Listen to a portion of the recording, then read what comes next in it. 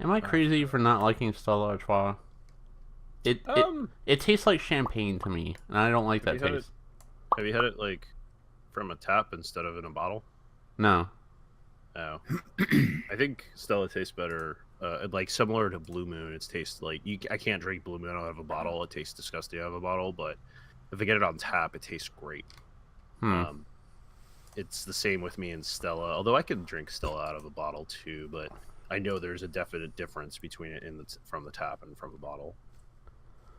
So I would strongly suggest giving it a try if it's on draft somewhere. Next time I come across some fancy place selling Stella Artois. Fucking no fancy places. Get out of here. Yeah, fancy place like nearby bar 5. Fancy places like Buffalo Wild Wings. Hey, that is a treat for me. Yeah, just like Applebee's. I've never been to Applebee's. I always, whenever I would go to a place like that, it was either BJ's or Chili's. My aunt in Wisconsin was like, Applebee's is the greatest restaurant of all time, and I'm living on the West Coast like, yep, sure is, I will not, whenever I've been to a sporting event, I will not buy beer on principle because those prices are bullshit, I guess. Wait, you don't like paying $20 for a hot dog? Ugh. And a corn chip for $5? Oh my god, I went to see the Internet and Moonchild bands, Soul. Fucking one Dos Equis at that venue was $15. Yes. Fuck that. Yes. Fuck that. Yes, they have to pay to get it in the park. No, this was a concert hall downtown, like a... Yeah, they have to pay to get it in the park. That's gross. You're paying for the experience, Cali. Yeah. I already did. You're paying for the experience of the experience brand experience. That's why I eat before I go to the movies. Yes, that was the thing I always had trouble with at fucking Magic tournaments. Fucking convention center food. Yeah. Holy shit. And it's always like the worst quality crap ever, and it's so fucking expensive. That's correct. Yeah, it's like being in a high school cafeteria, except with a bunch of nerds playing. So it's like being in a high school cafeteria. Yeah. Did anybody change topic? Hello, people. That'll be Hello, fun. Oh man, people can see us. They can. Video games. Hello, everybody. Vidya. Brennan here. Yamas. And we have a full-ish house tonight. But first, I want to welcome you all to the VGZ Awards, the 2018 edition. This is the return of the award. And I am Brennan, and this evening I am joined with the illustrious crew of Mr. Calio himself. I'm here. Mr. Deadpool as well. Hello. Donut is actually streaming for us this evening, so thank you, Donut. I know you're going to stay silent, but I appreciate it.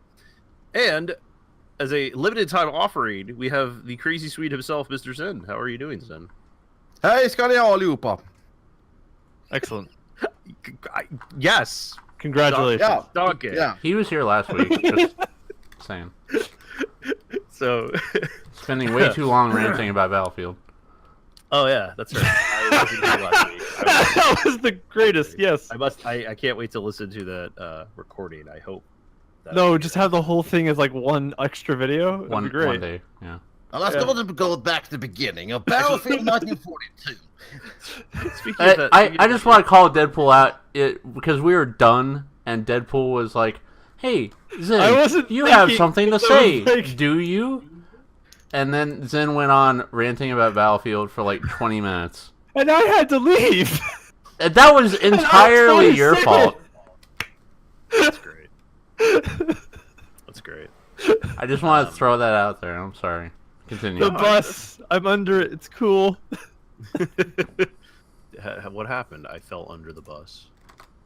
But yeah, so first of all, I want to thank you all for joining us this evening.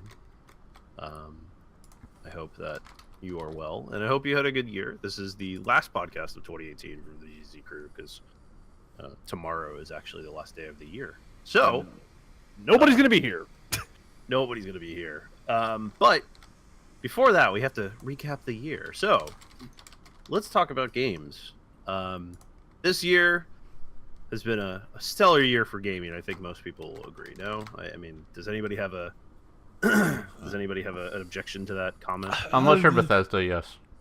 Unless you're Bethesda. Wow, yeah. We'll get there.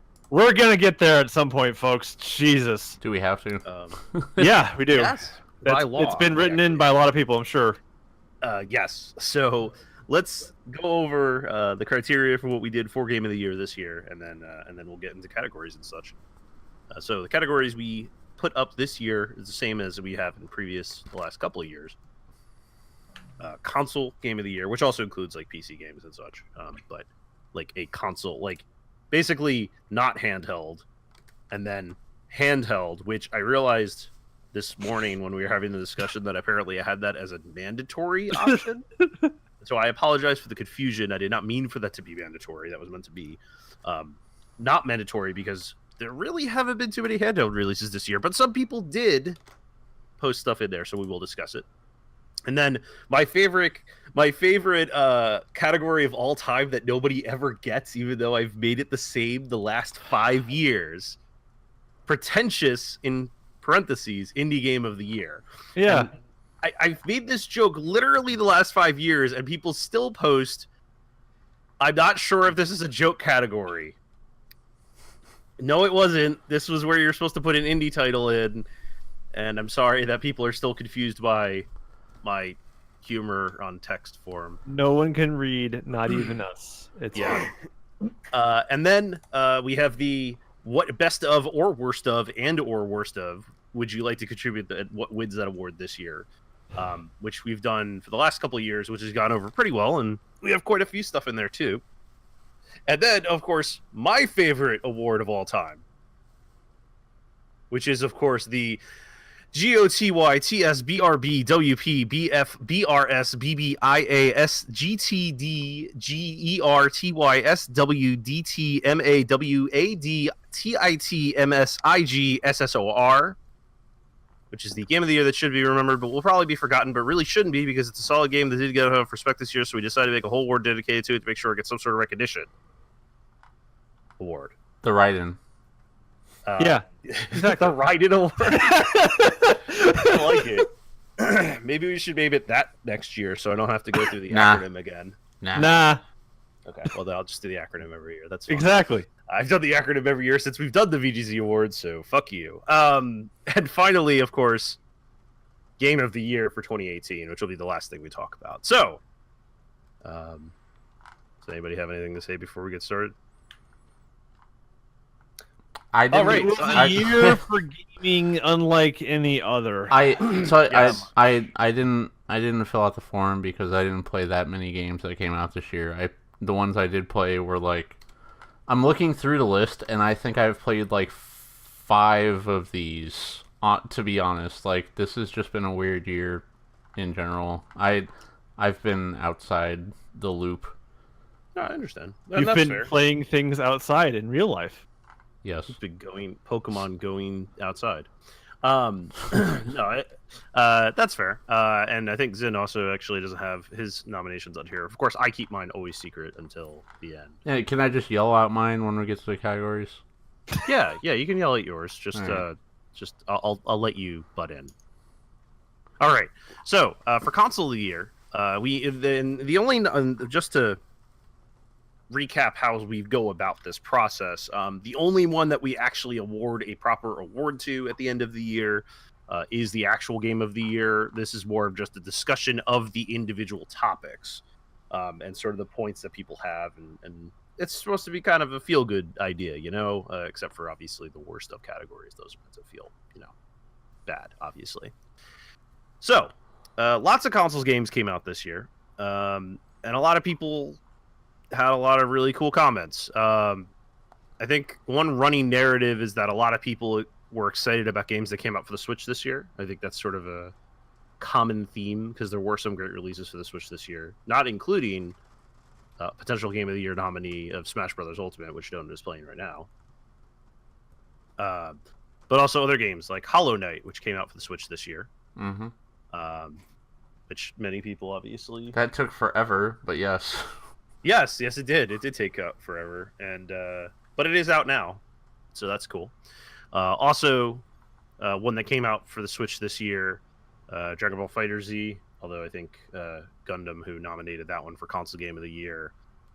That was obviously more on the PS4 side, but that did also come out this year in January. So yeah, and you, Deadpool, and I'll let you expand some more because I do agree that it is a pretty good game. Kirby Star Allies, which was a pretty small. It wasn't a very highly publicized.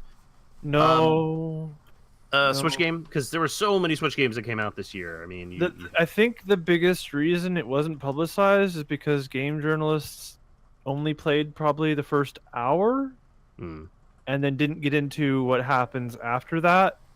These which fake is Kirby fans. So much more. Yeah. It just blows me away, and then they keep adding more to that game. Yeah. All of the time. And you can stop now, Nintendo. You already won me over. Thank you. But sure, if you want to spend another $15, you want me to spend more money on this game, I will. Just ask. It kind of reminds me of sort of the end of last year into the beginning of this year with The Legend of Zelda, where they kept adding DLC that people were really hot about. So but you had to pay for some of that. Yeah. And you don't pay for Kirby. You just get another double the game length again. All right. There are a lot of characters in that fucking game. Yeah. And they keep adding more modes, like full on new campaigns. And it's not just oh hey, here's one for Kirby. It's oh, there's 50 characters. Here's a campaign for every character. Yeah, we tend to. I know on the podcast we tend to rip a lot on everything DLC. Well, yeah, everything, but especially one thing we do rip on a lot is DLC content. And Nintendo, not to, toot Nintendo's horn like we usually do, or at least some of us usually do. Nintendo seems to do it right constantly. They tend to do it right in many ways instead of just sort of having this half-assed attempt at something. Odyssey had a bunch of stuff that came out early this year as well with the whole. Oh yeah, with the doubling and the tripling of their game length. Yeah, so. With the whole balloon chase stuff and all that such. Wasn't okay. I love that game. They didn't add any actual content to that game. They added 2 little side modes where you hide shit in the levels. But they added and they added a million costumes, but they didn't actually add any content. Right, they didn't charge us for it, whereas they charged for other things. I wanted more of that game, not more costumes. You wanted the Kirby Star Allies treatment, not the here's a Band-Aid, have some fun. Yeah, here's a zombie costume. Kirby, we're going back to Kirby for a second. Sure.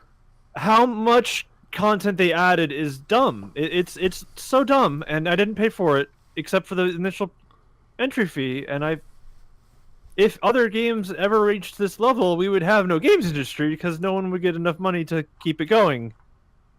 What the fuck, Nintendo? I love you. Yeah, I think they tend to get it right a little more than a bunch of other companies have in the last couple of years. So, I am upset by it. Doesn't make any sense. The value. So other thrown out names for console game of the year, the Undertale prequel, right? That's Deltarune. It's kind of a sequel. Yeah, and if he sticks with that naming cycle, then last game is going to be called Unrelated. Well, this was Chapter 1, so this was Chapter 1 of Deltarune. Undertale, then Deltarune, and then Unrelated, which I think it's just kind of great. So how about Underruse? Oh, there's also Nude Alert. That's my favorite. It's a good one. There was a whole bunch of really good ones. Yeah, it's not even finished. It's just the first bit, and people are it's called Chapter 1. Yeah. And he's gonna hire a whole team for this one, so get ready for Chapter 2 in 3 years. Yeah, basically. Yeah. Also, and actually, both Venom and T put nominations in. And actually, thinking about it, this would probably be where my console nomination goes. Venom posted for Yakuza 6, which came out this year in the U.S. Ooh, that's good. Which I definitely agree with as a great game. That was one of my most enjoyable games of the year for sure. And then also Kiwami 2 came out this year, which I have not played. I own but have not opened. Because I played 2 originally. Right, you already played it. Get to it. But that was T-Time's nomination for Console of the Year. And also Zero came out for PC this year. Yep. And Zero was great. So, you could throw that in for a nomination of Game of the Year as well for at least PCs. But that's pretty great.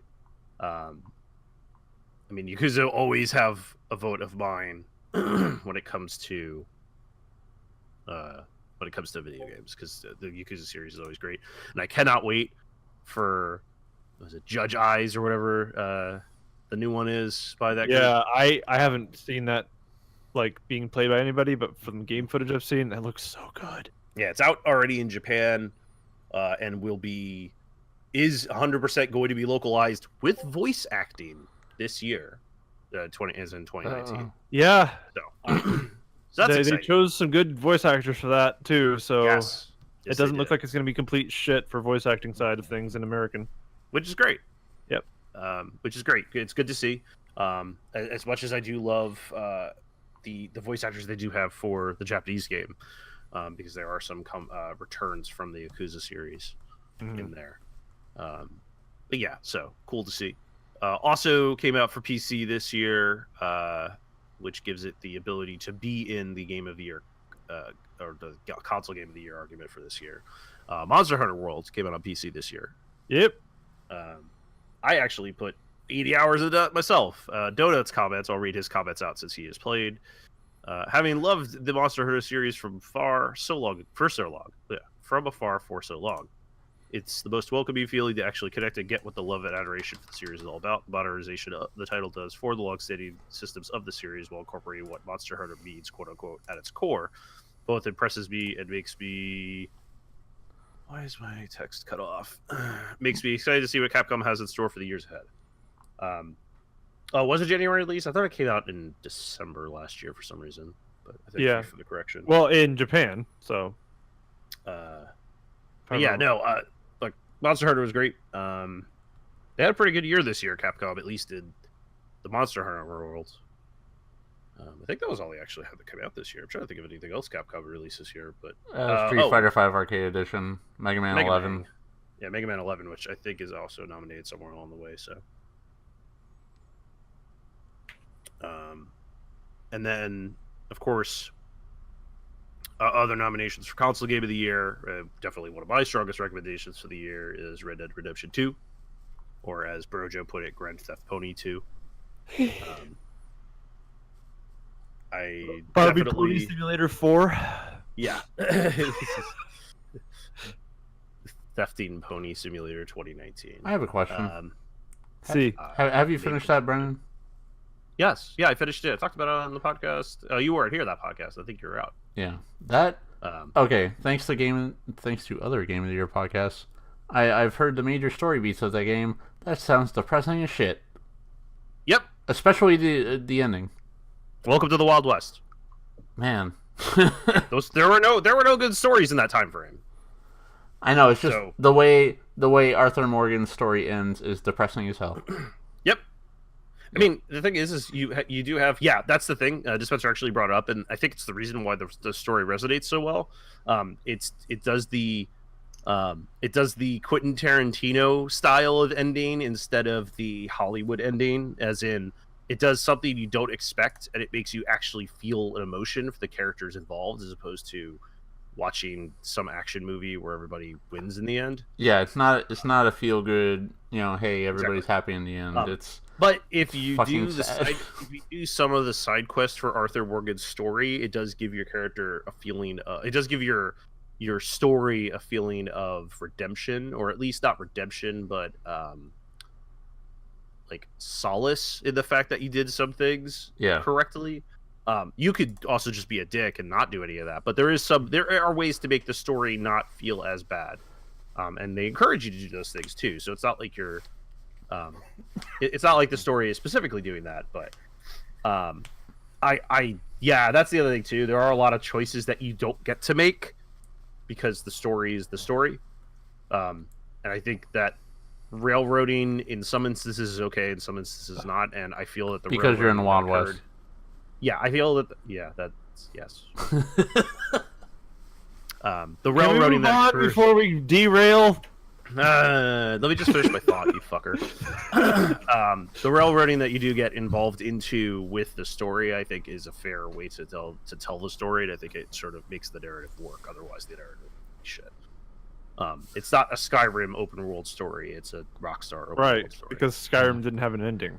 Right, but that's what I'm saying, though, is like a lot of people go, oh, but it's an open world game, so it's got to be more like Skyrim, where you can do whatever the fuck you want. It's like, no, Rockstar's trying to tell a fucking narrative, and if you don't like it, don't play the fucking game. Like, that's how I feel about that. I feel very strongly about this. Let's move on. Also, Spooderman, nominated for Console Game of the Year, as well as Game of the Year. Spencer putting out this one checks all the boxes, looks gorgeous, plays wonderfully, great voice work and score, and a story that is legitimately good. Every inch of the game shows a love and respect for the source material. Plus, just swinging around feels amazing, and then in parentheses, spectacular even. I get it.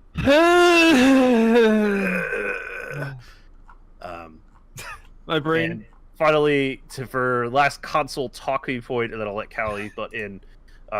Floppy throws a nomination in for God of War, specifically pointing to the fact that the turnaround of the series with little emphasis on the narrative to deliver a good narrative, and fantastic character to work, etc. So, Callie, do you have anything to add on Console Game of the Year? Celeste. Because you haven't done me. Celeste came out in January. I played and beat it. And as somebody who sucks at video games, it took me a minute to beat that last level, but I fucking love everything about that game, from the music to the presentation to the story it's trying to tell. I think it is a great package. That's Fair. it. I've only heard good things. I have not played it personally because that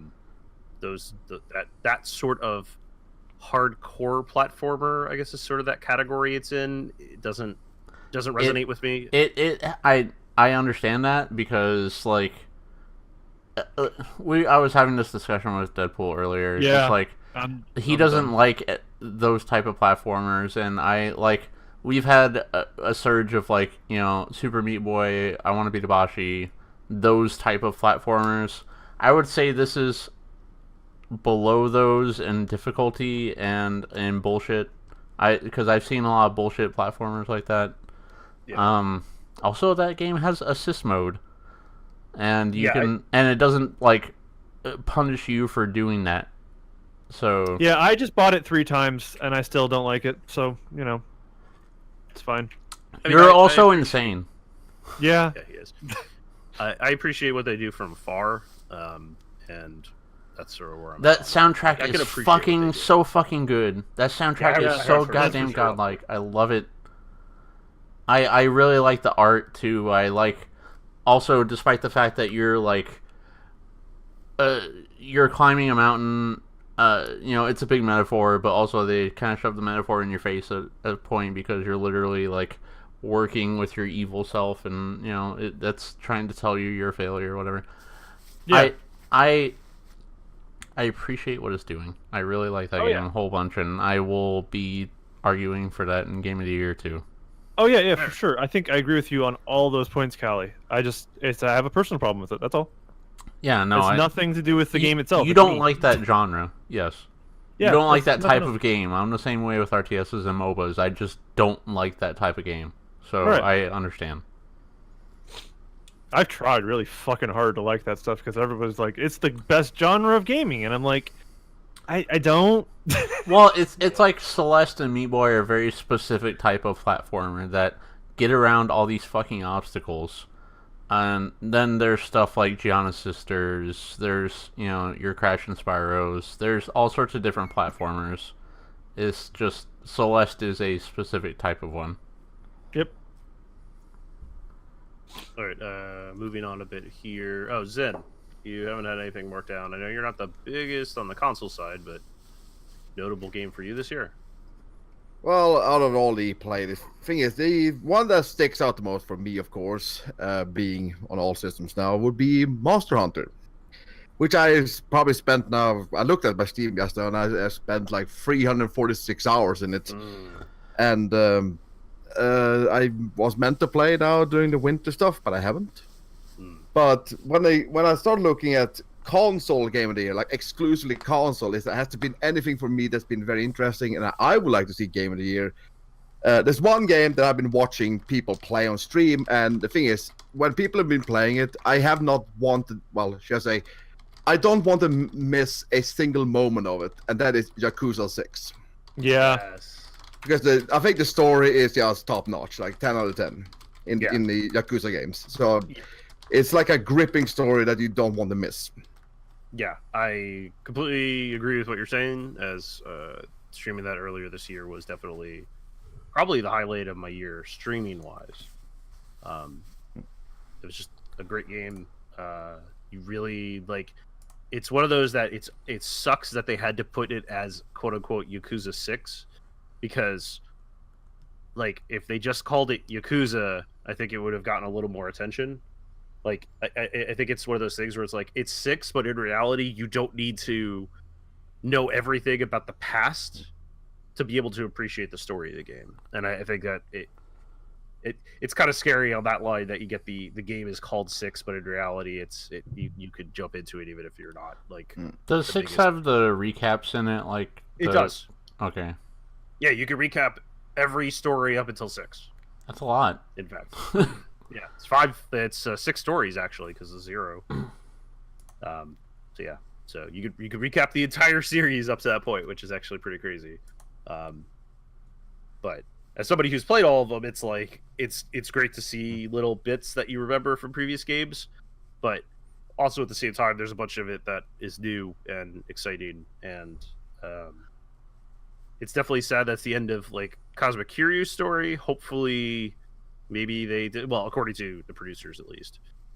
Hopefully, they revert that because I want to play Yakuza 7. Maybe it's the end of that developer's decision to that story. You know, like, yeah, isn't 6 supposed to be the end of the Kiryu story? Like it is, like yes. Half-Life, like Halo 3, that was the end of Master Chief's story, and then they made Halo Reach, and that was still Bungie, and now they've made 4 and 5. Like those aren't great games, but.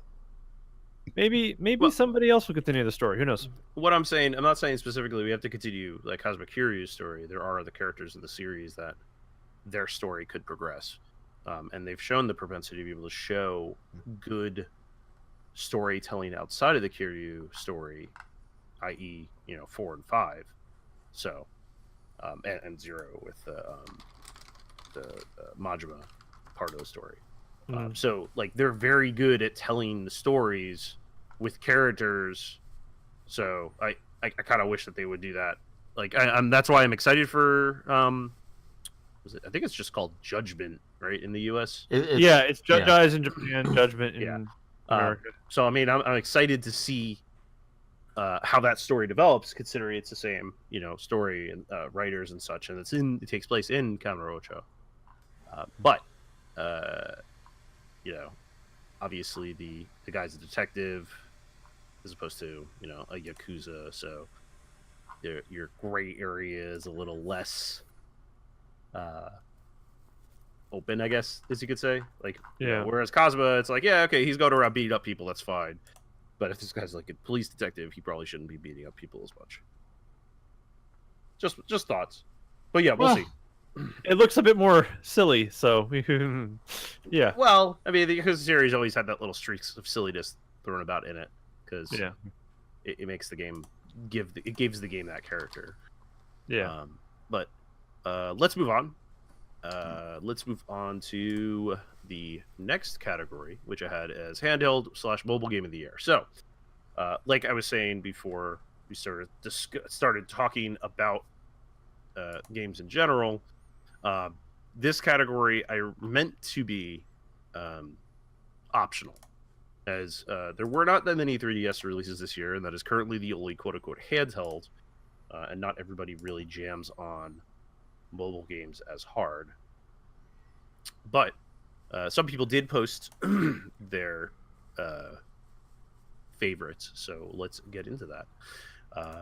First off, I know some people in the Mobage/Gachapon mobile game, sir. Mobile game area, sorry.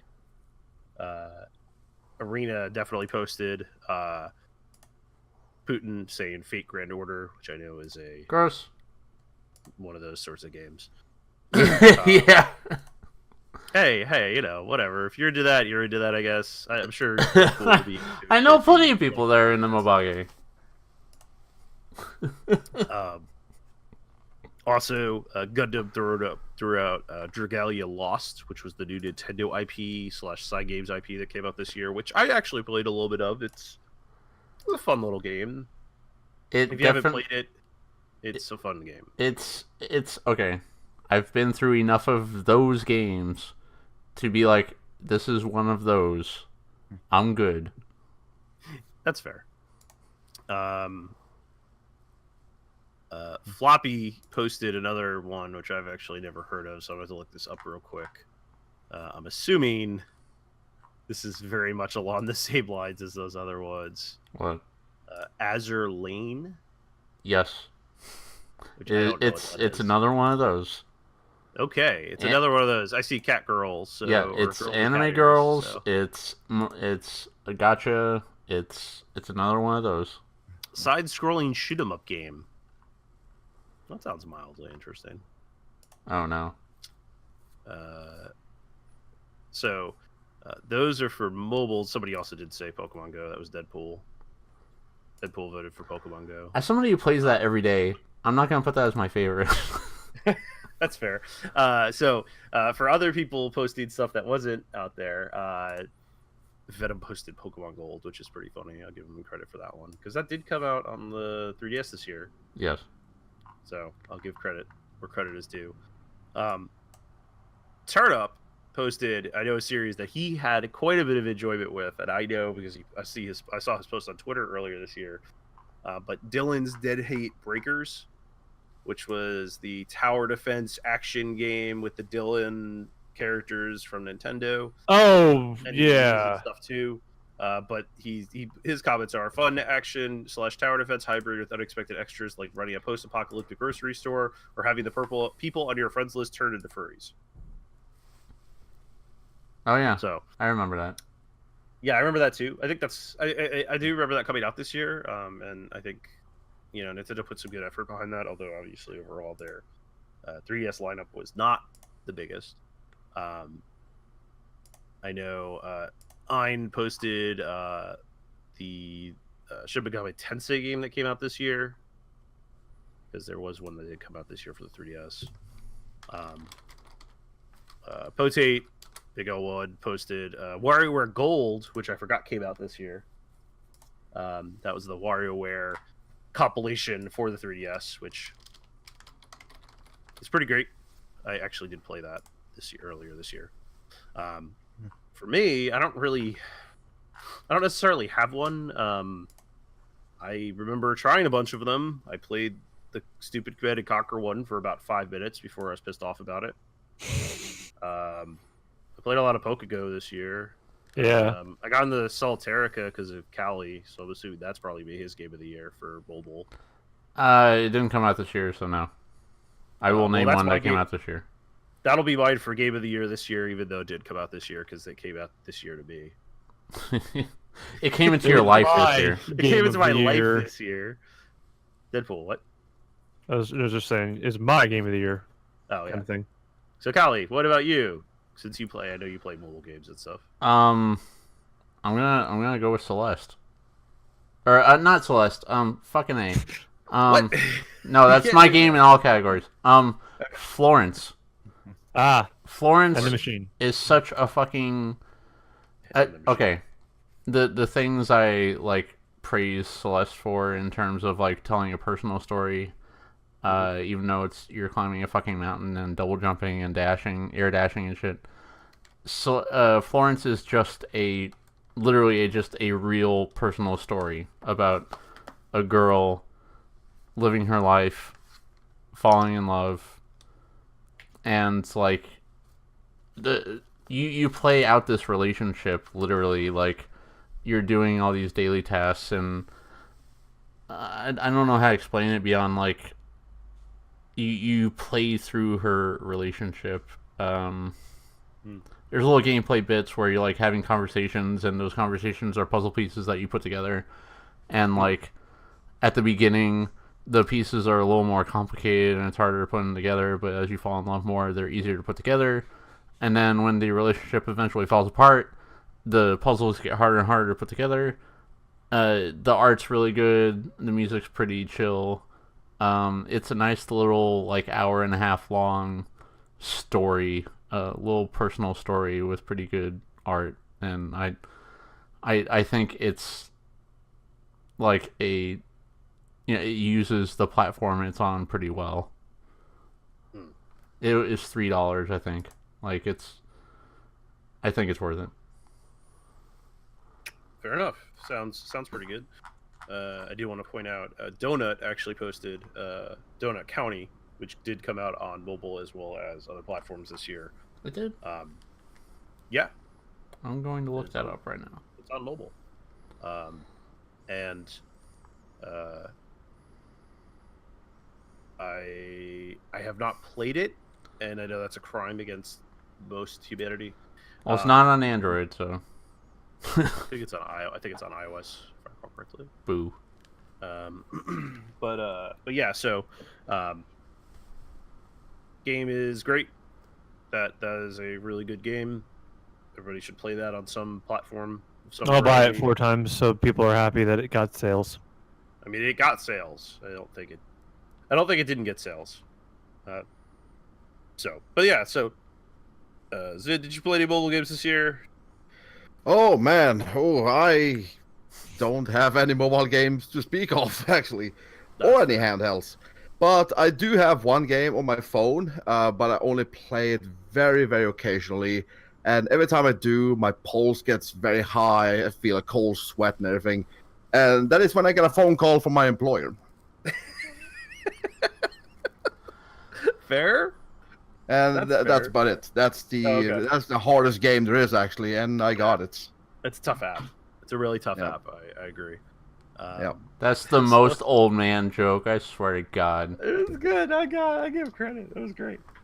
Let's move on. Let's move on. Speaking of pretentious indie games, let's talk about some pretentious indie games. There were a lot of indie games that came out this year. Very notable ones, like Donut County, for instance, and like Deltarune, which came out this year as well. That's definitely high on the pretentious list. That's like the I know it's a joke, but that's like the opposite of pretentious.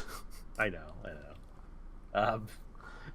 You fight a coin with a dog face and legs. Like I know.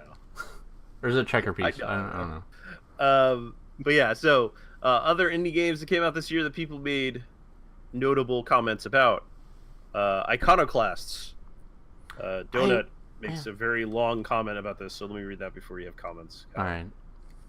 8 years, all in big bold letters. I followed this game throughout college and my work career, as Jokum both provides me with not only incredible titles to play through, but also a clear inspiration to strive for in my game design work. Despite all the titles I mentioned in this list, more than anything, I would easily push for more people to buy and play Iconoclast. It's an incredible experience. Now, Cali, you could shit on it if you want, but I just wish I liked that game. It doesn't play as well as I hoped it would, and as somebody who loves a Metroidvania, I don't think it's a good one of those. Well, I think the art is great, and I think the story they are trying to tell is very preachy, and I wish I liked that game, but I don't. Well, Donut and Ein disagree with you, and their votes That's fine. Yours, I guess. Again, like, I play a million of those type of games. I just, like, it was really heavy on the, like, yeah, but religion's bad, though. And, like, the way the story ends is the stupidest shit. God, I didn't like the gameplay itself either. The like grappling onto things with the wrench. If there were a most disappointing category for us, that would be it for me. Interesting. Interesting to see a game have that much of a like divisiveness, I guess. That was a game, like he said, 8 years. You know, the boyhood of video games. The boyhood.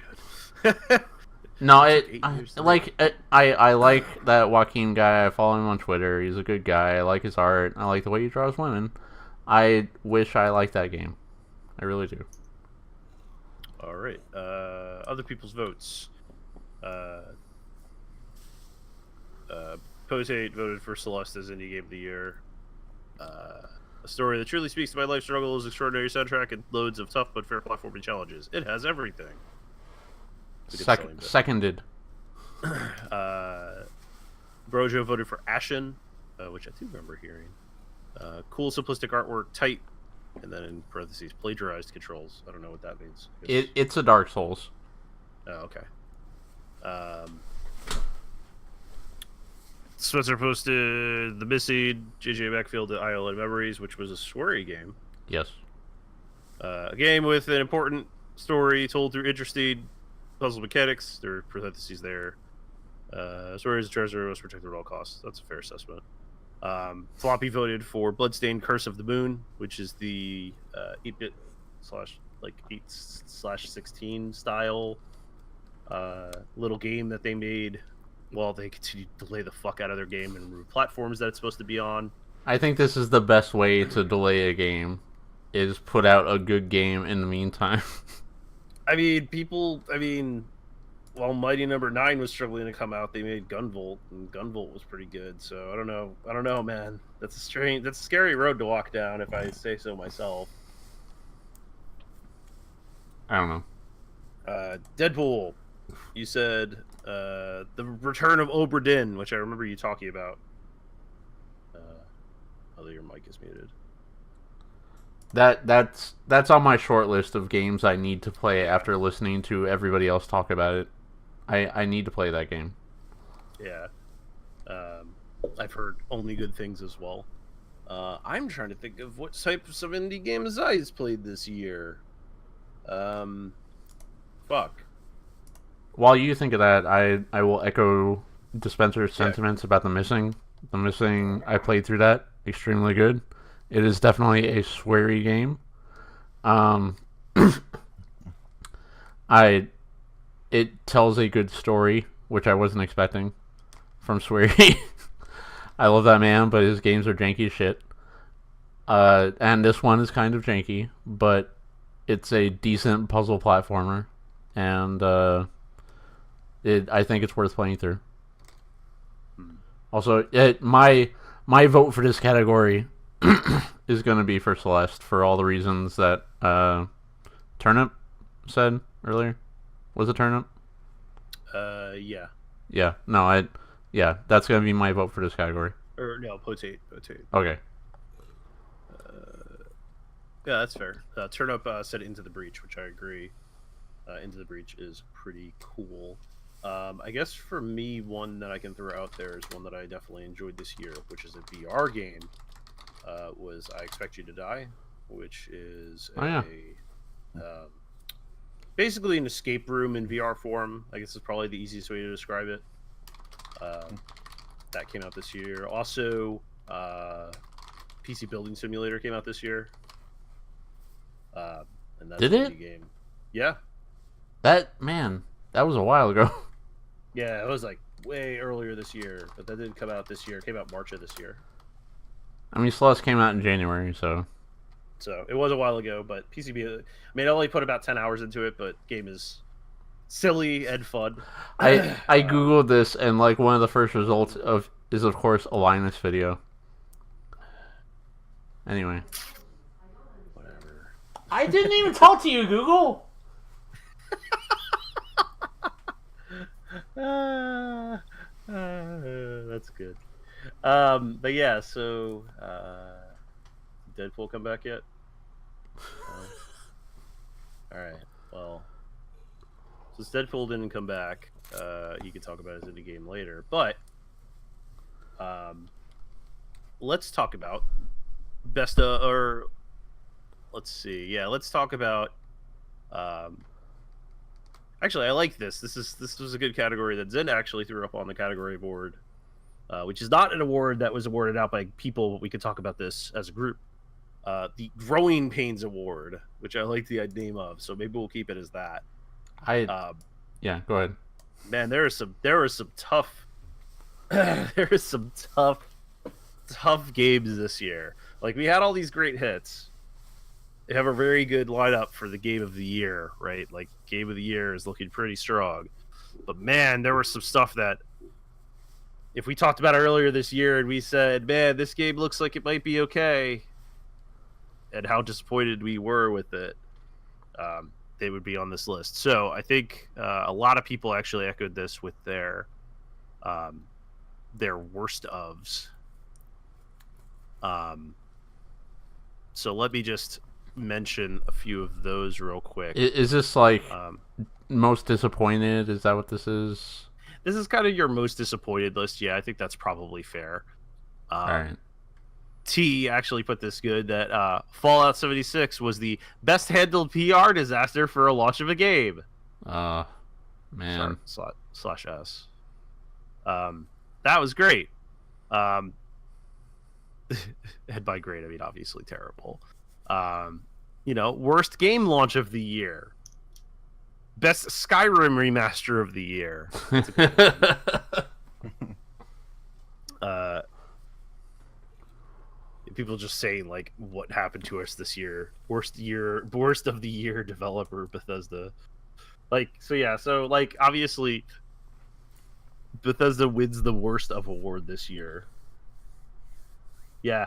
Did you actually pay for that Nuka Dark Rum? Oh my god, that was so expensive for what they were asking for. How much? The Nuka Dark Rum. Oh my god, like $80 bottle of shit. Oh, I hope that was a gift. Anyway, man, can I interest you in a canvas bag? Look, plastic bag. I don't. It's like, you know how GTA Online launched with no content, and how Red Dead Online is currently lacking content. Yeah. Like, Bethesda has this world, this established world, that they could have put so much in. Like, even if they had just put out this buggy-ass game and had just put stuff in it besides audio logs, it might have lessened the blow. Yes. Like, I understand the lack of NPCs because, the story is this is the first people coming out of the vaults. But they could have done anything else. Literally anything else. They have an MMO already. I don't understand. Green bars now. I got green bars now. Okay. I'm here. Fucking Todd Howard came and visited us in the night. It's because we mentioned No, that was not on your end. That was Discord. That was Discord failing utterly. Anyways, let's not talk about that game. Let's not mention the name. Let's not mention F76 anymore. Let's move on to other growing pains of the year. Zin, I know apparently you went on a giant rant last week about Battlefield 5 that I wasn't here for, that I now want to hear. Do you want to add anything? Not really. Yes. I don't want to sit there and talk for like hours, but Battlefield 5 as it is now is right now I would say wait if you want to play it. It came out like 2 months ago, and just thinking of playing it makes me angry, and it doesn't have enough content right now, I would say. And yeah, that's about it, really. It's not filled with stuff, and I can tell. The thing is, they probably had tons of stuff planned, but it was just people ranted so much about the game, but there's women here. There's also these dumb prosthetics and cosmetic products. They cut so much, and they basically it felt like the game was released in the most bare bones way possible with so little stuff. And yeah, so it's a Battlefield 5 right now does have a real growing pain because it needs to grow because there's nothing there. So yeah, the sentiment I've seen around Battlefield 5 is just there's just not as much content as there should be. There's just not. It's just a Battlefield game, and that's about it. Mm. Yeah, it's unfortunate because I was actually considering purchasing it a while ago because I was trying to get back into Battlefield games because I actually enjoyed 3 and 4 and 1. But yeah, hearing it not go over so well has made me, in hindsight, not too unhappy with not getting it right away. I'll probably wait for it to get sort of the game of the year style sales that it usually gets in like the spring/summertime, and probably play it for like 48 hours around that time. Or you could get through having Origin Premiere. That's what I got it from. So it's $15 a month, and the benefit of that is that they also you also get access to a huge game vault in Origin with tons of the games to play. Like they added recently they added Darkstalkers. Darkside is free to it, so I might download that. Yeah, I did see that, and I'm definitely tempted. Once I get some other games out of the way, I think I might do that. I do have some games I want to get done before the next couple of months are over, and also I gotta finish sorting magic cards. Still? Yeah. Well, I was gone for I had that sinus infection that kind of killed me for a bit, and also I was out of town. So Discord is still a little borked, so sorry for any weird sound artifacts y'all might hear. That's unfortunately not up to us to deal with. But other growing pain awards, I know the whole Atlas thing that was going on, that's a very recent thing, but we can still talk about it. That seemed to be more like a server demand issue more than although funnily enough, a server demand issue for a massively multiplayer online game as opposed to, a game that also has multiplayer, because the only way to experience said game is to play it online. So I thought that was pretty funny. Did you guys talk about Atlas last week on the podcast? Yeah, we mentioned the clips that we saw of hey, this game just has the fucking Arc menu in it, and that was about it. Just that's dumb. You weren't really meant to see it because it's a thing you can only access with a controller. But still, it's pretty funny. Yeah, it is pretty funny. Yeah, Discord is definitely eating something right now. All right, so let's move on to something a little more positive, I guess. Posicast. And positive and negative, I guess. And that is the best of or worst of awards that I asked for people to contribute. Once again, we did this last year, where I sort of asked for ideas for awards. So, simple ones this year, things like Spider-Man being the best thing to happen to superhero games since Superman 2, which I think is a fair assessment. That was Brother saying. Yeah, Arkham games. Yeah, I guess the Arkham games were pretty decent.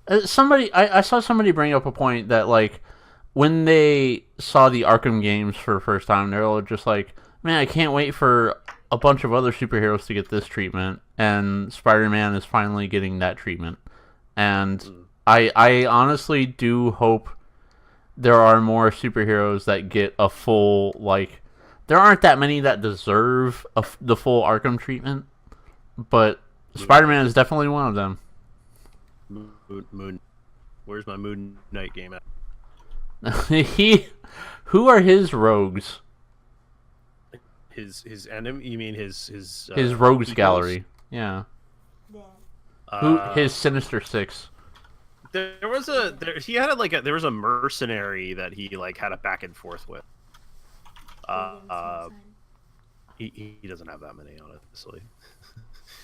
He like he was in the West Coast Avengers back in the day. Was he? I don't know. He has some. Yeah, he was. He was a member of the West Coast Avengers. Because I actually had those comics. The first ones anyway. Like Hawkeye and Mockingbird are the only ones I remember. Anyway, I don't know. He just fights like general bad guys. There's the Committee. Everything I've heard about him has been like his character development. You know. Yeah. There's a bunch. He wants to kill the people that betrayed him. He's also one of like killing things as opposed to being like doing stuff for righteousness. He's sort of like your Punisher. He's sort of like the Punisher in that respect. Yeah. Justice. I would say that I would say that jokingly. Obviously, like they're never gonna give Moon Knight like a proper run of anything because he's. I wouldn't say generic, but he's not that special. He's relatively yeah. He's relatively generic as much as I love. I mean, I don't know. I guess you could make a new Iron Man game or a new Captain America game. But no, we did that last gen. Doesn't have the same powers like Spider-Man or Superman, Batman. Like he doesn't have like that sort of notoriety, I guess. He has the same like type of acrobatics. Like, didn't they? I never played that game. That came out on the 360, but I heard it had Arkham Combat, and he deserves that, if anything, because he is the most like acrobatic fighter, and I think you could make a good one of those based around Captain America. Yeah, that's fair. Moving on. Lots of people voting for Sonic Fox being awesome this year, which I think Sonic Fox had a pretty good year as an esports person. That's right. So you could definitely give him props for that. That dude is set. Yeah. So Turnip actually makes a good point today. There's so much shittiness in the world right now that video games kind of did okay this year. I don't really want to give it worse, except maybe to like corporate bro court culture, in which Riot Games wins that award, and by wins that award I mean loses. But I mean, everybody can shit on Riot all day. That's an easy target. Donut put two good ones down, so let's talk about Donuts. He put a nomination in for Best Remake of 2018, of which there were actually quite a few remakes this year. We talked about Yakuza Kiwami 2, which is technically a remake of the original Yakuza 2. Yes. What else came out this year, remake-wise? Katamari Damacy Rerolled. Well, yeah, that was his vote for it, which I agree with completely. He quote, I never played the original or experienced the original, so played it for the first time on PC after digging into the Mondo Vinyl re-release, which me and him both got because the fucking vinyl is amazing. Has sowed an entirely new web of love for the franchise. Plus, while it's very slim, this remake being made in Unity leaves hope for this version lasting a lot longer with possible modded content. Also, a quick shout out to Spyro Reignited Trilogy, because that easily was going to go here if Katamari's charm didn't work so well, which I agree with completely. I have another one. It's charming as fuck. Shadow of the Colossus. Did that come out this year? Yes. Oh, okay. I didn't know that came out this year. Bring back the X-Men Legends. I guess we could have X-Men Legends remake. I'm trying to think of what other... Hold on, I'm walking across my hall real quick. Fill in some time real quick for me. I'm looking at remakes here. We got a lot of... There were a lot of remasters this year. Burnout Paradise. Assassin's Creed Rogue? Really? Let's see. They re-released King of Fighters 97 on a bunch of platforms, which is weird, but cool. Muffled Brennan in the distance. God, I know we had something else. We got Tropical Freeze on the Switch. I don't know if that counts. Yeah, Tropical Freeze featuring Funky Mode. Yeah, it had Funky Mode. Let's see. Did they really put out Dark Souls Remastered again? Or was that... Yeah, that came out this year. That was this year. Okay. It just came out for the Switch. I'm coming back to my seat now. It just came out for the Switch like last month, and it came out for the PS4, Xbox One like a couple of months ago. So yes, those count. Also, if we really want to go there, Let's Go Pokemon Pikachu and Eevee is technically a remake of Leaf Green and Fire Red. Yes. So we can count those in there. There are some actually good remakes this year. So do you want to count Wario World Gold as one big remake? I think that's a fair way to say it. Because it's literally just games from all the other WarioWare games. Yeah, it is literally just all of the WarioWare games, which is great because Wario was great. Yeah, WarioWare is great. So lots of remakes. Actually, people did post putting Katamari Damacy reroll in other categories too, which we'll talk about later. His second piece was worst closure of 2018. So obviously, we all talked about Telltale, but I think that Donut's point of Capcom Vancouver's closure being one of the worst ones, I think is fair. Because it's basically straight up Japan's fault. Like, it's Capcom Japan's fault. They could never get out of being, quote, the Dead Rising guys, unquote, which I think is a fair way to put it. And I think Capcom Vancouver is definitely one of the sadder closings this year. I mean, there were a few others, but I definitely think it's a tough one. The Telltale Games one is kind of coming up to be a little bit of a better story, considering that they are going. Yeah, we had this discussion last week of just like, I had that thought of like, okay, we have Skybound Games that's taking charge of, the Skybound, the Walking Dead people. It's his company. They're making the game now. Is it okay to buy that game now?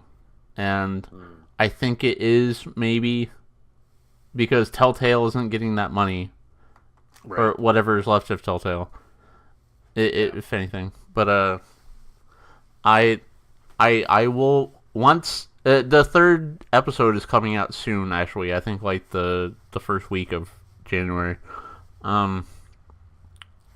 Exciting.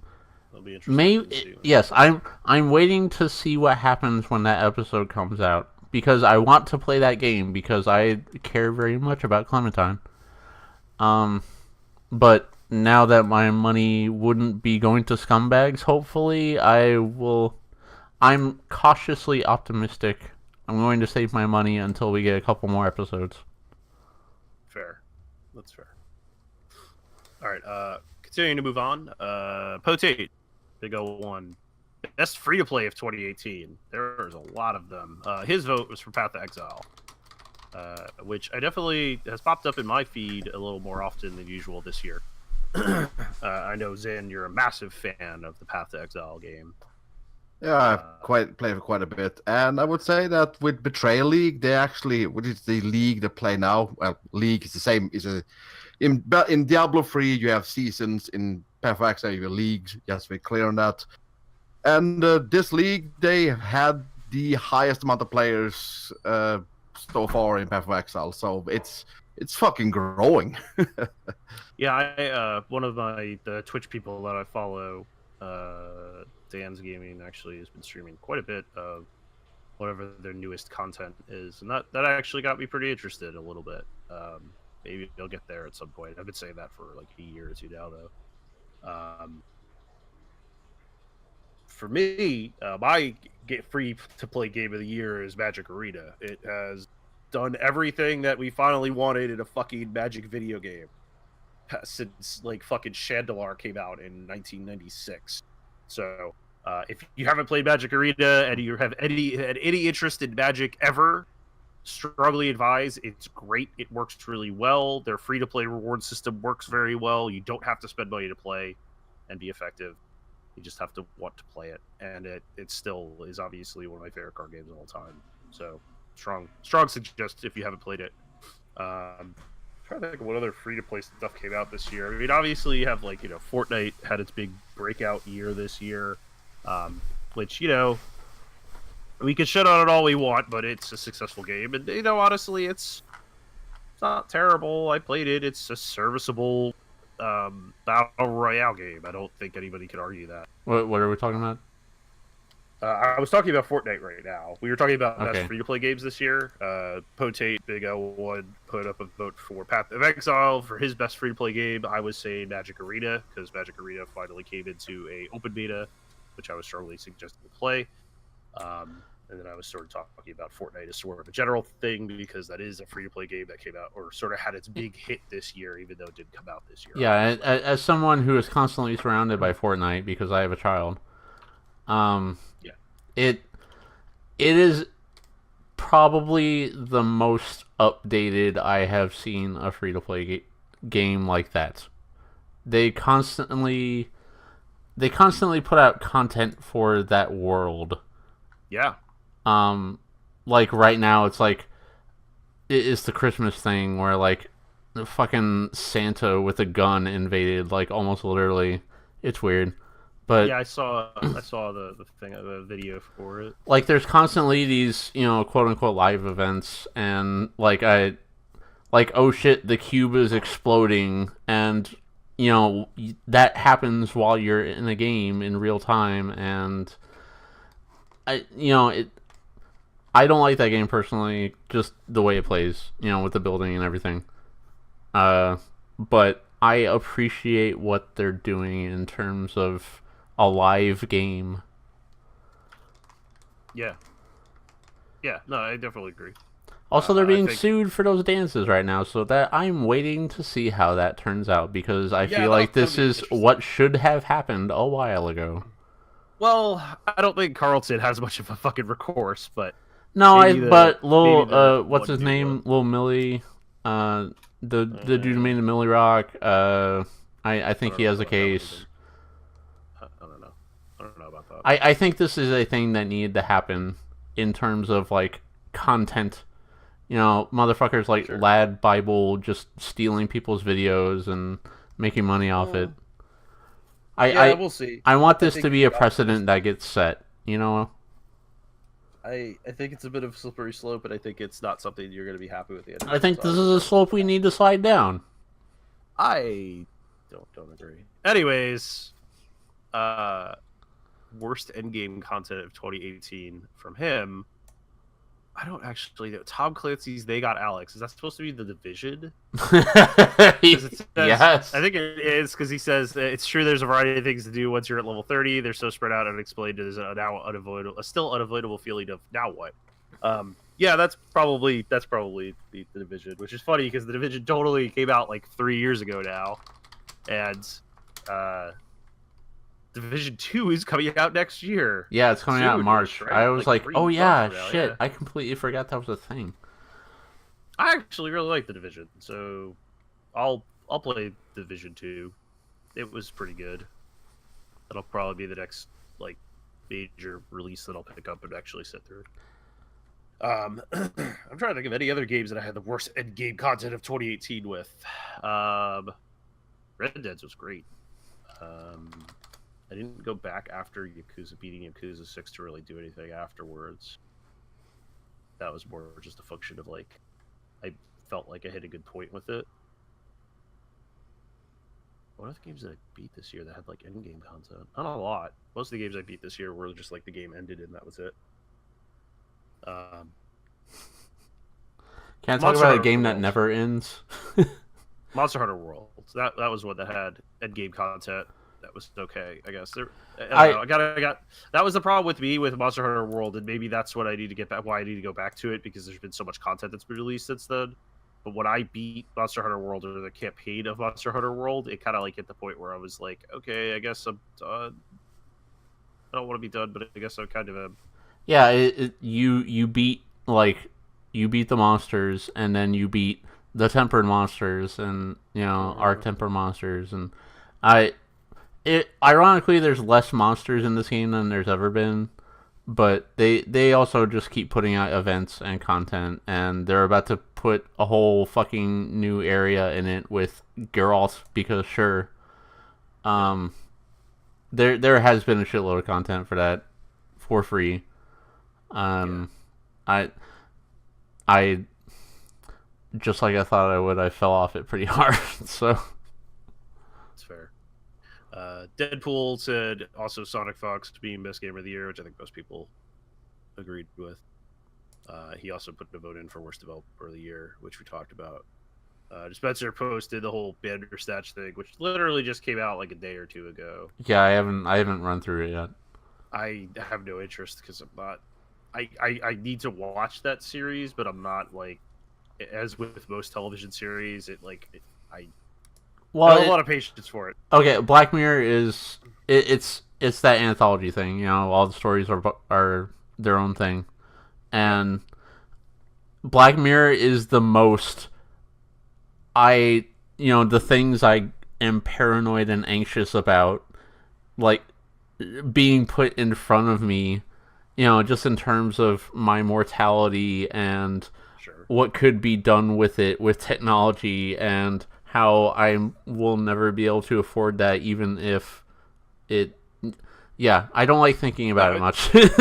Yeah, no, I understand. I guess as somebody who works in like internet security, like network security, I kind of don't like. I already have to deal with fatalist shit like that on a regular basis, so I also don't want to have to like have my fiction be that. Yeah, the fiction joy be that. That's how I feel about that. That's how I feel about shows and things like that. Like, I don't need the shittiness of humanity put in front of me in a fictional setting because I have to deal with it every day. Fair.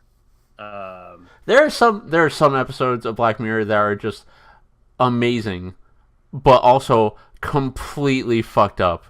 Like the one where the woman's just running from everyone and they're all following her with a camera, and it's just a bunch of people chasing this woman, and if you know that episode what I'm talking about, it's fucked up. It's real fucked up. Anyway. Fair. Alright, well, I have a vote for a best of category this year. And it is... shit, I had it, now I've lost it. Fuck. Best experience that made me almost shit my pants this year. Which goes to Duck Season for VR. Oh yeah, that game that's fucked up too. I had to stop playing that game because the world turned sideways and I was done.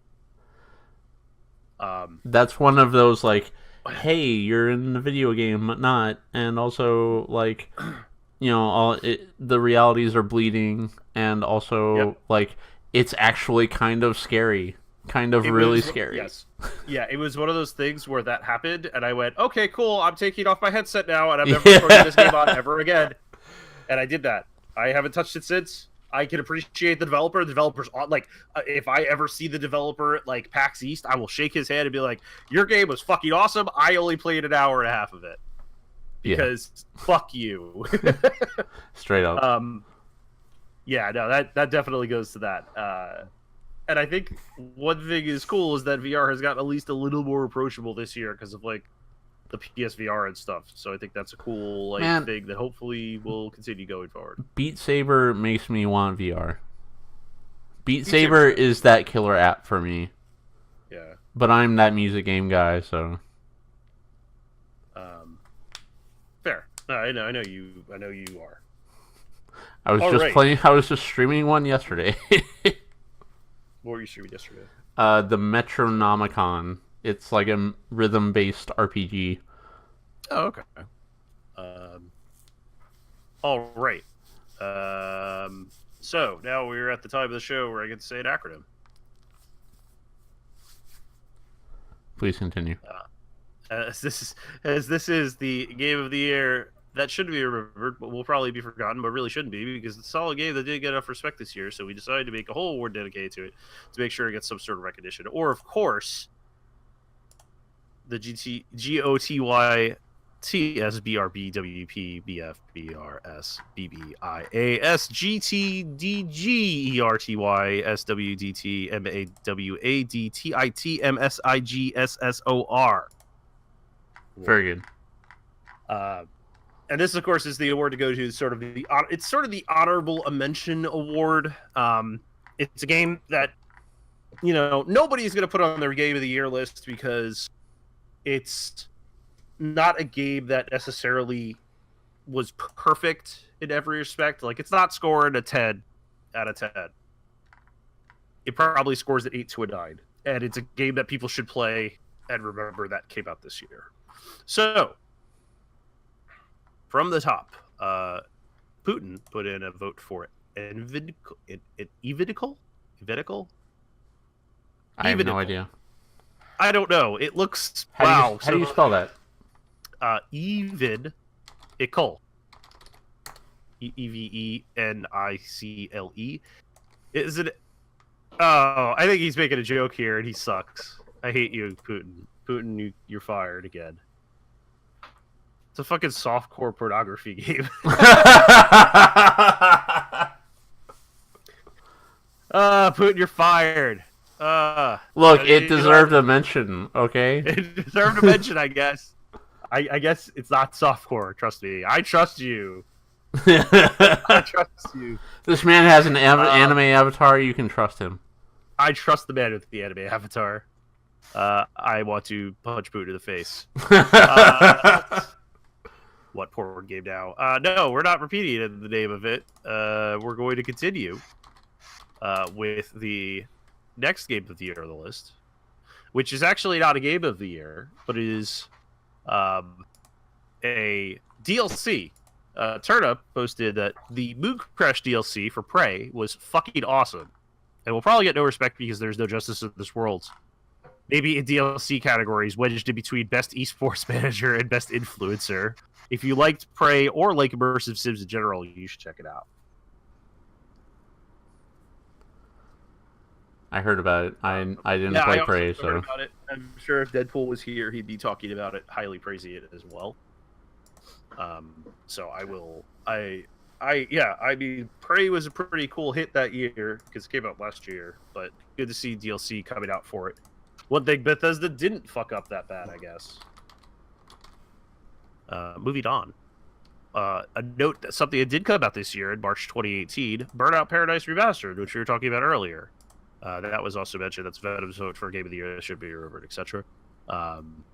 Says, I poured all my free time after school into this when it was on the 360 to be able to smash through the yellow flashing gates at breakneck speed again. Brought me back to a time where I didn't have to worry about anything but my math grade.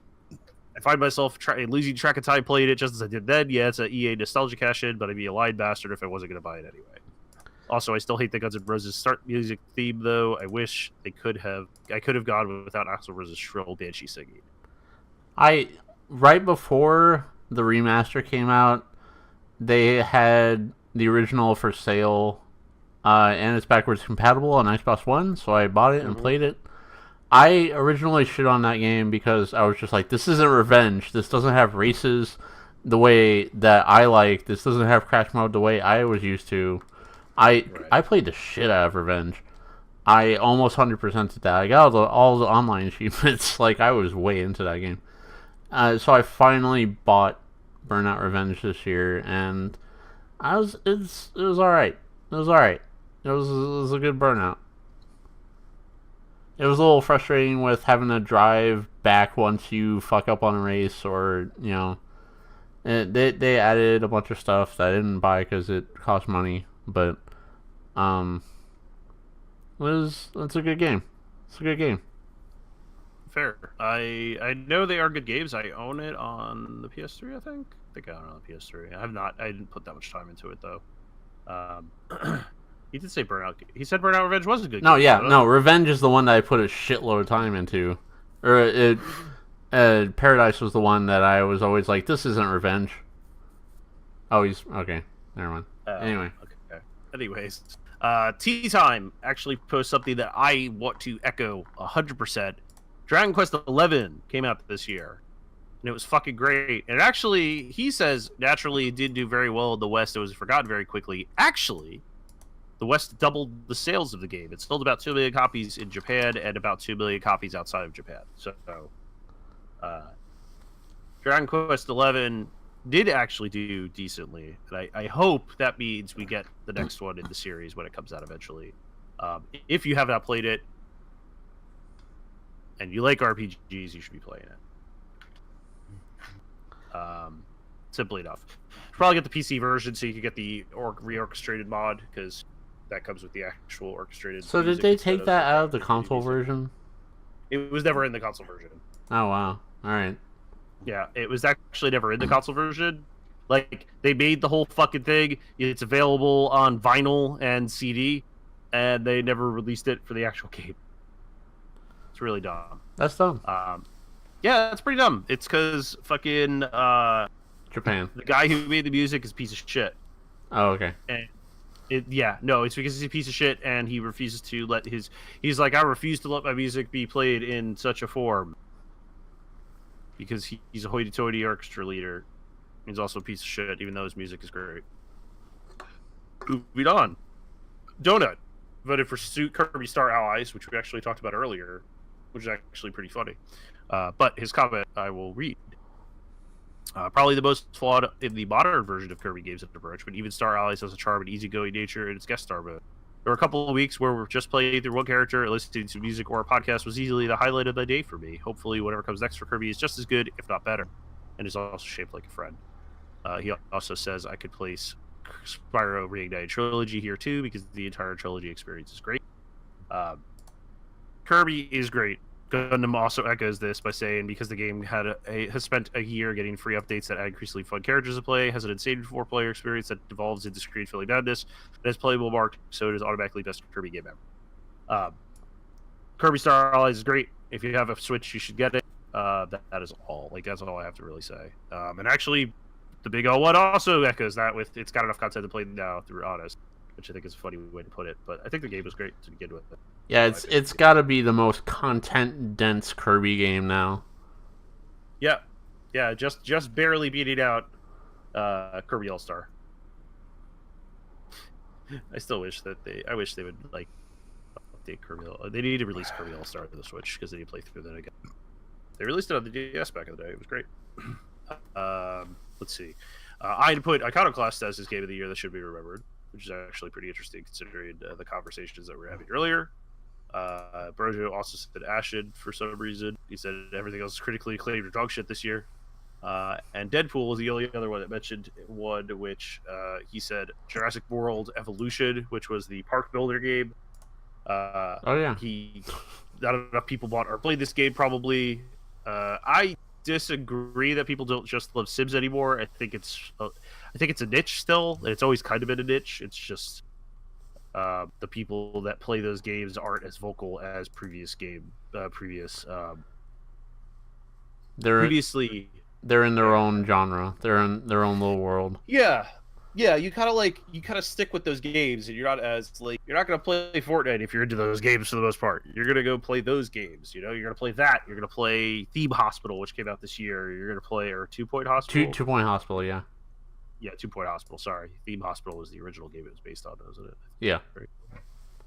You're gonna go play, Farm Simulator. You're gonna play. There are games that you're going to play that you're very into those sorts of games, and I think those people generally don't They're kind of like what people used to be when it came to like first-person shooters, like 10, 20 years ago, when people only played first-person shooters. What about you, Cali? Do you have a game of the year for this year that isn't necessarily your game of the year, but a game that you definitely think should get some sort of recognition? Lethal League Blaze. That game it just came out in the past couple months. It is everything about the first game, but better. It is the style of that game plus the soundtrack. Everything about that game audibly, visually, gameplay-wise, they did everything better. It's the Evil Dead 2 of video games. It's the Jet Set Radio Future of video games.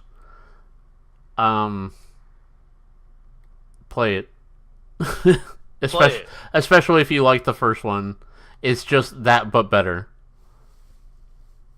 I will be playing a lot of it very soon because Surge just bought it. So, but that I am in love with that first game. So like everything about this new one is just it's my thing. It's absolutely my thing, and more people should know about that game.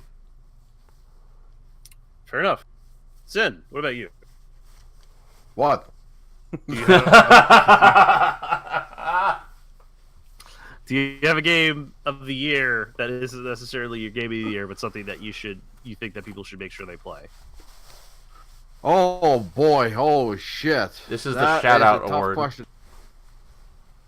Is that my gaming has been pretty much 90% Path of Exile, with Far Cry 5 in the beginning, Monster Hunter in the middle, and now in the end, very spotty parts of Battlefield 5, and that's it.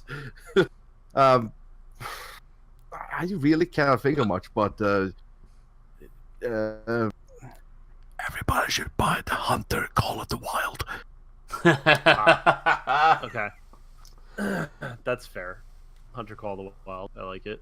It's a good pick. As for me, it's a tough pick, actually.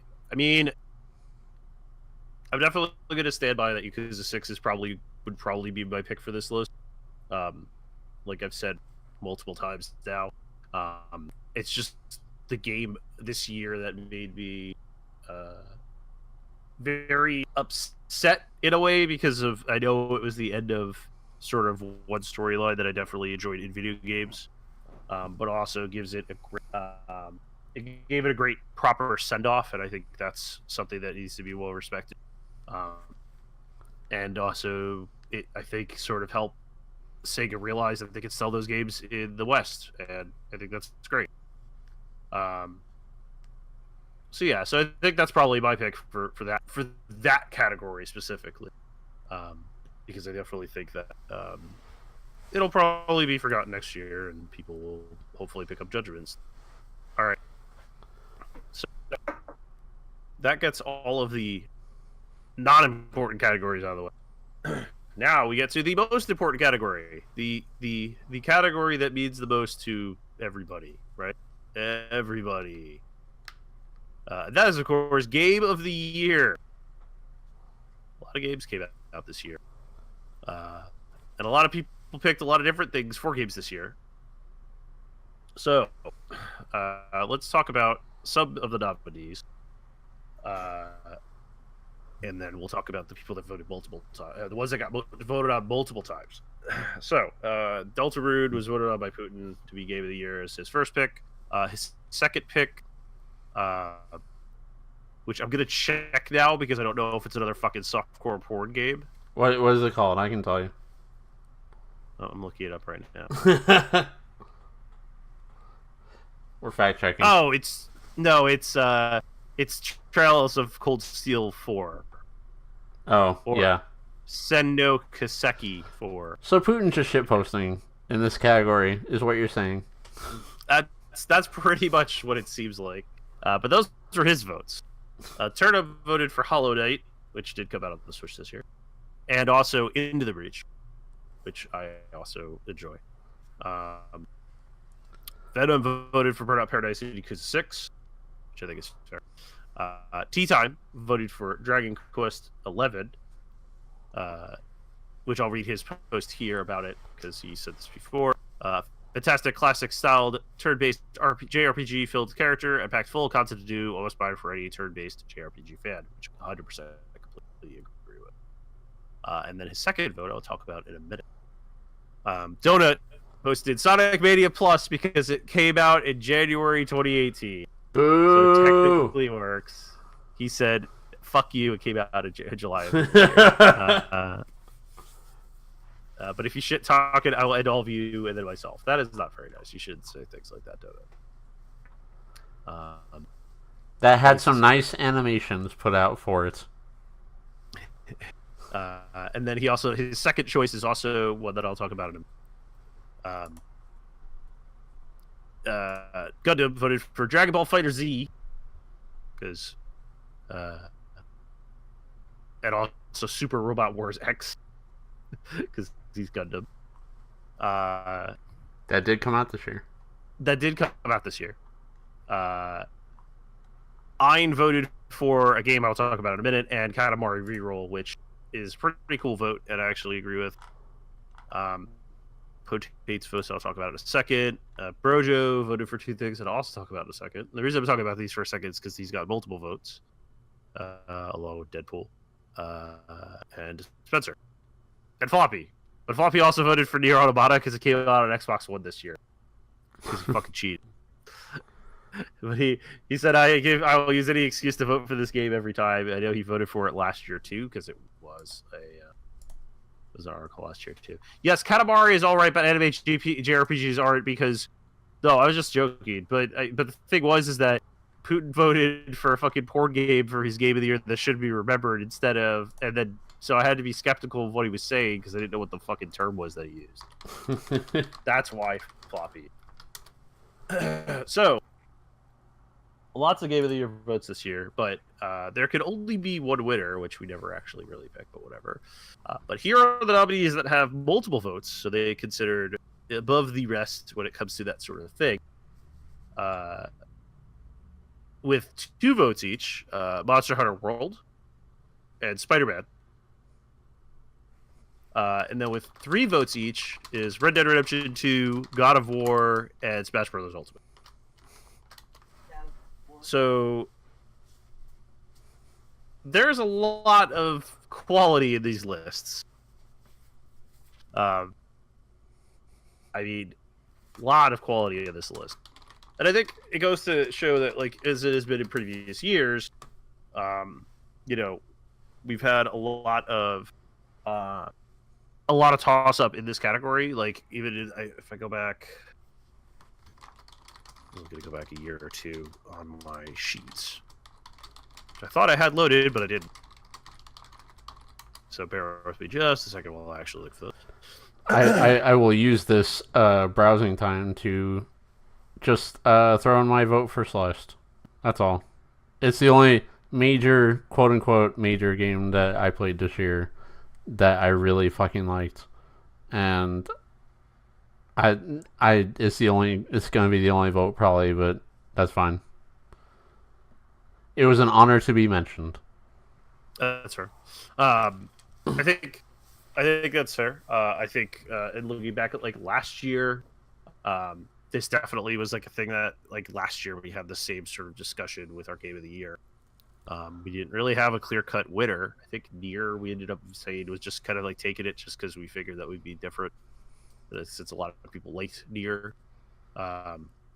which I think is a fair assessment. I appreciate Nier Automata. I just hate playing it. Yeah, I think that's what you said last year about it too. Yeah. So I think that's fair. But 2B's in Soul Calibur now, so I'll be playing her a little bit more. Yeah, that's fair. For me, as I said earlier, Red Dead is probably my leading candidate for game of the 2010s, so like that's obviously what the game of the year vote's going to be. But I definitely appreciate the quality of games that came out this year. I mean, we have, this list in general is astonishingly full of quality.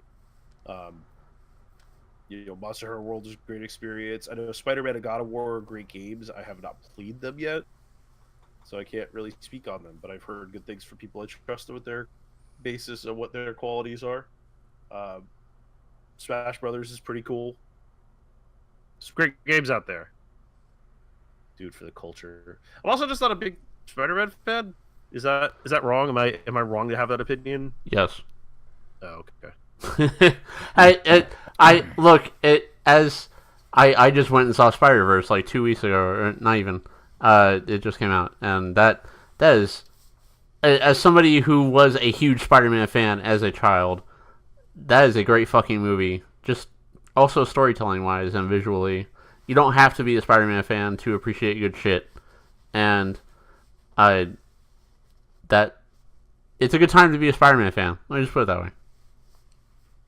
That's fair. Spider-Man is the most relatable superhero. Fight me. I mean, at our age, sure. Like, yeah, at our age, being specifically the Spider-Man in this game being over 30, broke, being barely able to afford an apartment. Yeah, that's completely relatable. Yeah, my vote is for Italian Spider-Man. Until they put the Italian Spider-Man costume in Spider-Man, I will not buy the game. I am fully on the Sam Raimi track. And by Sam Raimi track, I mean the not Sam Raimi, I mean Italian Spider-Man track. No, but I mean, I can appreciate it. I can appreciate it from afar. I just don't necessarily, like, I just don't, like, I don't know. I remember watching the first Spider-Man in a bus at one point on a trip somewhere. It was just like, it was okay. Okay, those original movies are Sam Raimi films, and they're campy in all the ways he does. Spider-Man Homecoming is a very good movie. Just, period. It's so fucking, like, that... I am so jaded when it comes to shit in movies, and, like, the twist in Spider-Man Homecoming fucking got me. It got me hard. And, not literally, the penis, but I mean, it got me good. It got me, like, Spider-Man Homecoming tells such a good tale. And the beats of that story are extremely good. I've heard the game is also extremely good with those sort of things. Anyway, it's a good time to be a Spider-Man fan. That's all I'm saying. That's fair. I think... Yeah, no, I definitely... and I understand that for sure. I mean, my as I said, my Game of the Year vote, it would be going to Red Dead Redemption 2. I think it was the best story told this year. And I think that, yeah, there's never been a better time to be playing video games, period. I think that's probably a fair assessment. We're at a time right now where technology has sort of reached a point where there's not really much more we can do with the tech. So now people have to make games that are actually good games. And they're doing it in most cases. The Quiet Man did just come out like last month. Yeah, that's right. I forgot. Greatest game of all time. Quiet Man. That is actually my vote for Game of the Year. And that will win the VGZ Game of the Year award, so saith I. No. Do it. Do it. Fucking do it, Brennan. I double dog dare you. No, I'm not doing that. That shit was fucking hysterical. But yeah, no, I think, like, we didn't talk about that game. That game drives me nuts. The fact that there's audio in the beginning, but then, like, there's no audio in the rest of the goddamn game. They added audio to the game. But... They did. And it somehow made it worse! I know. I know. That wasn't a game... That's not part of the Game of the Year discussion, though, because it's not a Game of the Year. It's not. It's not. I refuse to even mention it in this conversation. It is the most mind-baffling game of the year. That's fair. I think that's a fair way to put it. It's a Square Enix published game! What the hell? Hey, lots of publishers have published really weird games over the course of history, to be fair. Mega Man 11 came out this year. Nobody voted that for Game of the Year. It just... I played that demo. It just felt bad. It felt weird and bad. Mm-hmm. Like, not... It didn't feel right. Like, did you play Tony Hawk's Pro Skater HD? Did I play what? The Tony Hawk HD that came out. It was it was terrible. Yeah, it was the same feeling that had, where it's just like, yes, I know this is supposed to be this game. It just doesn't feel right. The controls don't feel right. That's what Mega Man 11 is to me. It looks good. They're actually doing things with these gear powers. The outfits you get with the boss powers look better. Like, they actually change his helmet and shit. But, like, it just feels not right.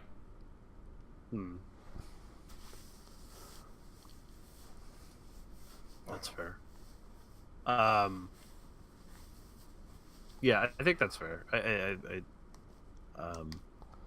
It was on one of my games, and I bought it, and I meant to play it, and I haven't touched it. And I would be surprised if I don't get to touch it for some time, because I'll probably be disappointed. I'm actually really glad they put out a demo, so I can be like, oh, okay. I don't need to waste my money on this. That's fair. To be fair, it was $30. It was only a $30 game. It wasn't the worst, but yeah. But yeah, so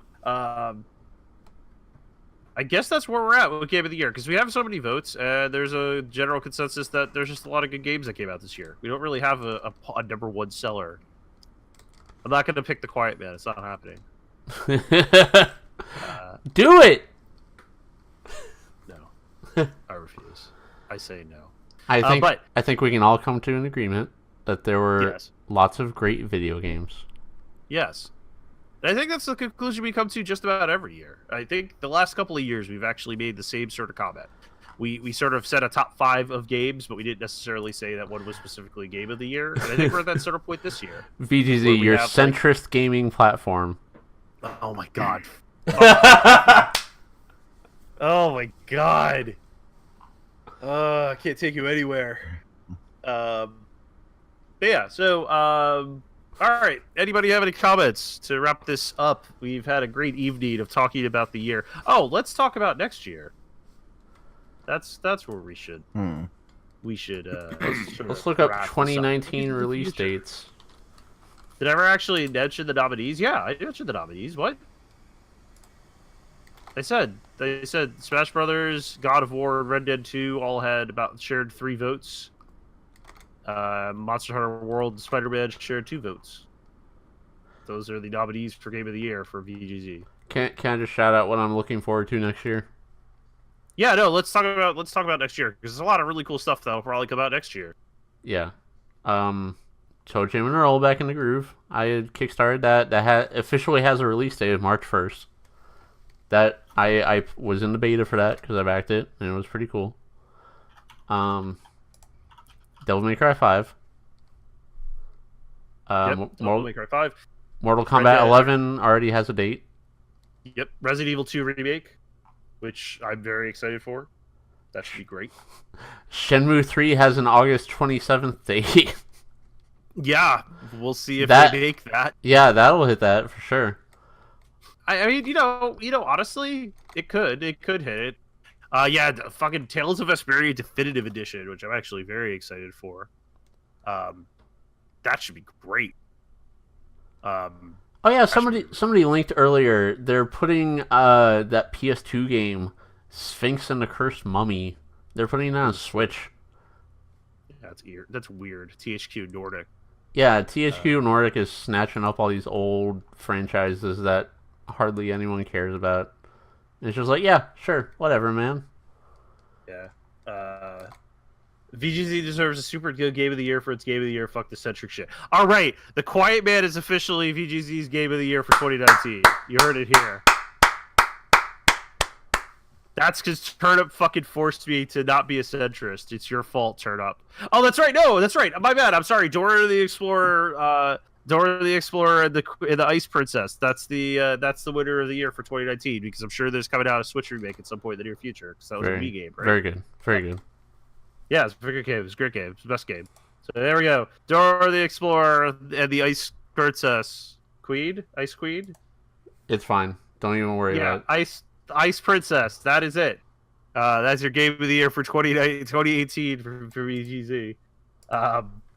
Does The Good Life come out next year or 2020? I don't remember. Division 2 comes out next year. Metro Exodus, which continues to look awesome. I love the Metro 2033 series. So that coming out, it's going to be awesome. So I'm looking... Okay, so I looked at games coming out next year. There's a game being published by Devolver called Weedcraft Inc. It seems to be a simulation game, SimCity style. I'm looking at this trailer, and there's just fucking, like, clips of Bernie Sanders and Elon Musk and Joe Rogan in this fucking trailer. And I'm like, why would you do this? Why would you do any of this? Why would you put clips of Joe Rogan smoking weed in your video game trailer? Because Devolver's officially jumped the fucking shark. Hey, did fucking what do you call it ever come out this year? What? The fucking Metal Wolf Chaos, did that actually come out this year? No. That was supposed to come out this year. Let me see. It was. I remember it was supposed to come out this year. The Steam listing it just says 2019. Wow. They said it was supposed to come out this year. It was supposed to come out like in October or something, I thought. No? I must be wrong. I don't know. They announced it at E3, so that... I don't know. XD is still pending. Okay. But yeah, I mean, there's a bunch of stuff early next year that we already know about, kind of, that it seems like it should be great. The new Fire Emblem game comes out next year, sometime in the spring for the Switch. That's gonna be great. They never said what that. MechWarrior 5. They announced a new Shin Megami Tensei game a while ago, didn't they? Yeah. And they haven't said anything about that. Yeah, well, I mean, they did the same thing with Persona 5 back then. Kind of didn't really talk about it much. Oh, yeah. You know what? Okay. Again, I'm going to keep saying this. I hope Anthem is good. Anthem is going to be the one of those games that if it's decent, I will play it. So many people, hope it doesn't. A lot of people I talk to about this are just like, I guess, jaded with those kind of games and BioWare in general. But yep, I haven't touched the BioWare game since Mass Effect 1, so I just Anthem looks neat. That's all. I mean, you're entitled to your opinion. I'm just tired of those fucking games. Yeah, no, I haven't played a Destiny. I haven't played a Division. I haven't played a loot shooter since Borderlands 2. So, like, part of the only reason I'm actually excited about Division 2 is because it's going to be in DC, and I know places in DC, so I'm kind of curious to see what it looks like. Which part of the reason why I liked 1 so much, because I've been in Manhattan a bunch, so it's cool. It was cool to see some places sort of redesigned in that fictional universe. You know what I mean? Yeah, games sometimes have the opposite effect of that to me. Like, The Last of Us starts near Austin, and like, oh shit, I've been here. Oh man, this is fucking weird. I don't like this. Games are escapism for me. They're not. I understand. Oh yeah, Last of Us 2 is probably coming out next year. Maybe Death Stranding, maybe next year. So, is that a video game? Is that even a video game? I hope it's not. Is Kojima make video games? I don't know anymore. Did you consider Metal Gear 4 a Metal Gear Solid 4 video game? Kinda. Okay, cool. Then this probably is going to be along those lines. That's fair. I can't wait. It's a thing you can play. Hopefully. Yeah, no, I know. I think it will. I think it will be a video game. It's gonna be very video game like. Yeah, I know Metal Gear Solid. I was mostly joking. Floppy, please. He was shit talking, shit posting. Shit talking. I love Metal Gear Solid 4. It's like one of my favorite games. Bents. That came out 10 years ago, by the way. Oh man. Yeah, doesn't that make you feel fucking old? They came out like 10 years ago, like last week or 2 weeks ago. That's me every time I turn on the old school hip hop station here. I'm just like, this is like Jadakiss. This is not that old, man. Come on. All right. Well, as for VGZ in 2019, we have 10th year anniversary stuff to do, I guess. I don't know. I mean, we do. I guess we'll have to make some content or something. Make some popcorn. I mean, we're still going to do the podcast in 2019. Maybe we try to do it like bi-weekly instead of weekly, though. I don't know. We're going to talk. Yeah, every other week seems to have a wrestling pay-per-view that everyone's watching. Yeah, it seems like that. Maybe it'd be better to do it so we could be a bit more consistent. I don't know. But I'm glad you all joined us this evening. I want to thank Cali, Zid, Mr. DynamicDonut, and Deadpool, who had to jump out, but that's all right. And I guess that's where we're at right now. I guess we're going to end it on that note. Thank you all for watching, and we will see you all maybe next week. We'll do the podcast next week to just keep the podcast going, and then maybe the week after we'll take a break. I'm not sure yet, but stay tuned to our channels to let you know. But for now, I want to thank you all for listening to the VGZ Awards this year for 2019, and we will see you all next time, where we play more The Quiet Man, probably. Bye! Bye! VGZ in 2019. The quest for the Weetabix that fell behind the couch 5 years ago. The quest for more money.